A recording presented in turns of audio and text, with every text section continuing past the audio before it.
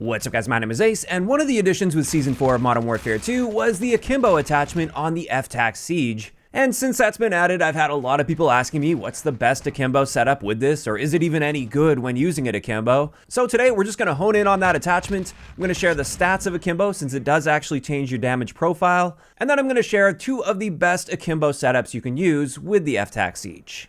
And diving right in, let's have a look at how the damage profile changes. I do want to give a shout out to sim.gg. They actually got their stats up for Season 4 already. These are the actual in-game coded stats, and that saved me a bunch of time so I didn't have to go and hand test all of this. I will leave a link to their site in the description of the video. But taking a look at our damage profile, we actually lose damage per bullet when we use this gun in Akimbo. And this was definitely necessary in order to keep it at least reasonably balanced. But as you can see here, we're not dealing very much damage per shot. We're dealing as little as 8 damage per shot at longer ranges if we're hitting limb shots, which is insanely low. And then the best possible damage value with this is 16, and that's only within about 3 meters, which is crazy. And you may also notice here, we're dealing the same amount of damage to the head now as we do to the torso, whereas if you're just using the single gun, you do get a separate and increased headshot multiplier. Now, even though this is going to take more hits on target in order to kill, of course, we now have the ability to fire 2 guns at once with a ridiculously high fire rate of 1,200 rounds per minute. And this means with Akimbo, we still have a very noticeably better time to kill potential. Up close, where it's taking 7 or 8 shots to kill, our time to kill potential is now 150 milliseconds, and then anything beyond that is going to be 200 milliseconds. But of course, this is the theoretical potential, assuming every single bullet hits the target, and with Akimbo, since you can't aim down sight and get an accurate shot, the farther you get away from your target, the higher the odds are that you're going to be missing shots. So in a realistic scenario, this time to kill will scale upwards as you move away from your target. And realistically speaking, at longer ranges, you're not getting a 200 millisecond time to kill, simply because you're not going to be hitting shots all that consistently. In saying that though, if you treat this gun right and you keep yourself in very close quarter situations, you really can take advantage of this noticeably faster time to kill when using Akimbo.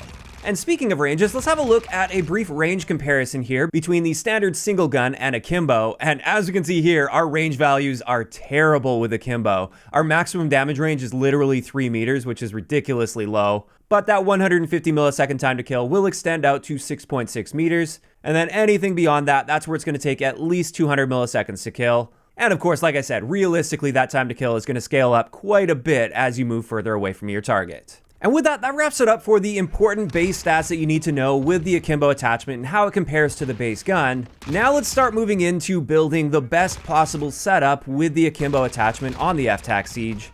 And with this, many of the attachments are going to be quite straightforward. I mean, they completely block off the stock section as well as the underbarrel section, so you can't even use those attachments combined with Akimbo, so that rules them out of the equation.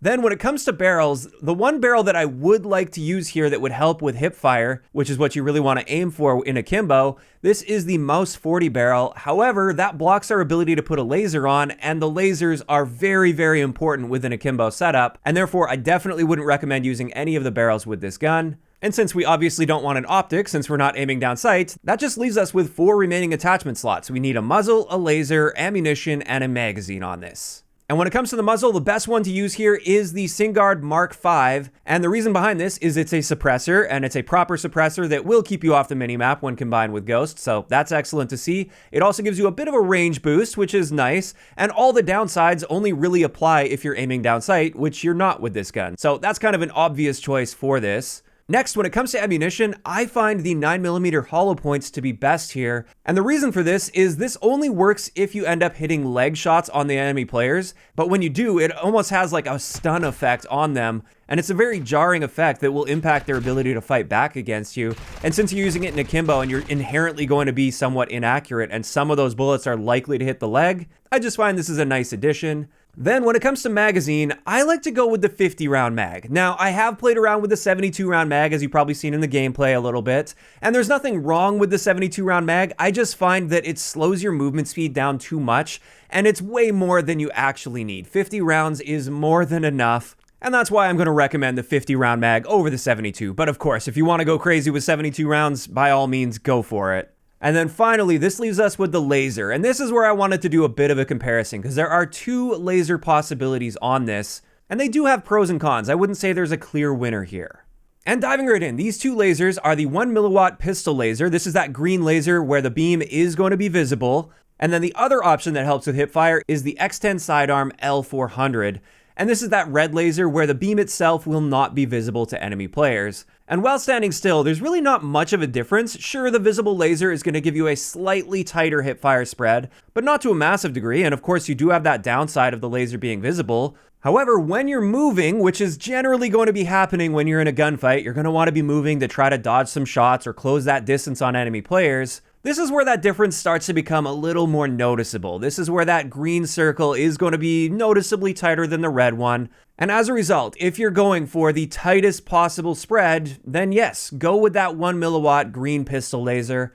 And this is the overall setup that I would use for that. But just know, in a lot of situations, enemies will be seeing that green laser before they can actually see your character model, which may give them a bit more time to pre-aim that corner before you come around it, or just to prepare for you in general. So I would say this is best suited to the faster paced chaotic maps where it doesn't really matter if they know you're coming or not. You just want to make sure you're getting those shots on target as quickly as possible and as accurately as possible. However, I do also want to share my invisible build using the other laser. All the other attachments are the same.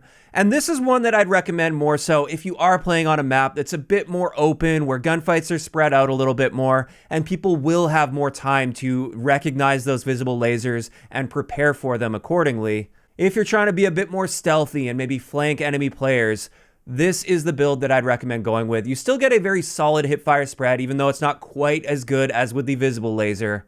And yeah, that's pretty much it. That's everything I wanted to share for you guys. Those are the 2 recommended builds that I would use with the FTAC Siege in Akimbo. When it comes to perks, I would also recommend using fast hands. The reload time with Akimbo is quite slow with this, and I would also combine this with Ghost, simply because this is a suppressed gun, and that would allow you to sneak around the map quite a bit more. Obviously, if you're playing something like Shipment though, sure, throw on Quick Fix or something else. But for basically any other map in the game, I think Ghost is the best option in this particular scenario.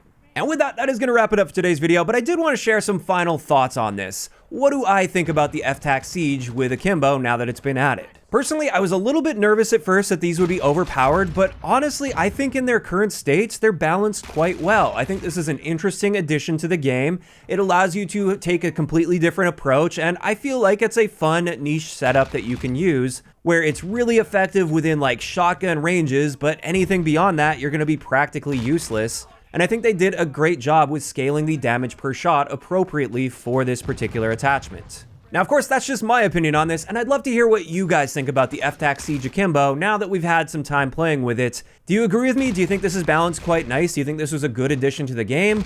Or do you think it's way overpowered or way underpowered? Just let me know all of the thoughts down below. If you enjoyed the video, a like rating is always appreciated, and don't forget to subscribe for more if you haven't already. I'll talk to you guys next time.